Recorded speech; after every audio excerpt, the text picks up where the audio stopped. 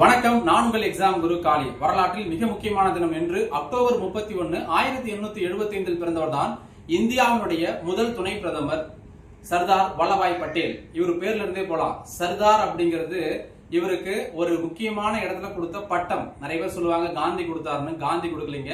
1928 பர்தோலி சத்தியாகிரகத்தில் ஈடுபட்ட பெண்கள் தான் இவருக்கு சர்தார்ஜி அப்படின்னு பட்டம் கொடுத்தாங்க.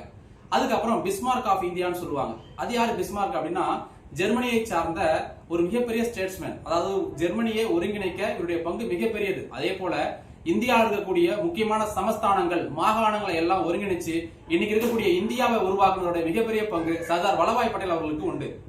1947 ஏப்ரல் 21 அன்று பாத்தீங்கன்னா இந்தியாவோட சிவில் சர்வன்ட்ஸ் கிட்ட இவர் பெரிய உரை நிகழ்த்தினார் சர்தார் வல்லபாய் பட்டேல். அதனாலதான் அந்த தினத்தை நாம என்னன்னு கொண்டாடுறோம், வருஷம் இந்திய குடிமைப்பணிகள் தினம் சொல்றோம். அதனாலதான் இவரையும் இந்திய குடிமைப்பணிகளின் தந்தைன்னு சொல்றோம். அடுத்ததாக செப்டம்பர் 1948 ஒரு மிகப்பெரிய ஒற்றுமை விஷயத்தை செஞ்சிருக்காரு. அதாவது ஹைதராபாத்தை இந்தியாவோட இணைச்சிருக்கிறார். அதுக்கான ஆபரேஷன் போலோ அப்படின்னு பேர் வச்சிருந்தாங்க.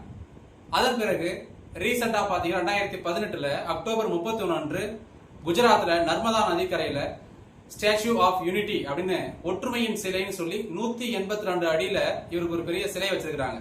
இவருடைய பிறந்த தினத்தை ஒவ்வொரு வருஷமும் நாம நேஷனல் யூனிட்டி டேன்னு செலிப்ரேட் பண்றோம். தேசிய ஒற்றுமை தினம்.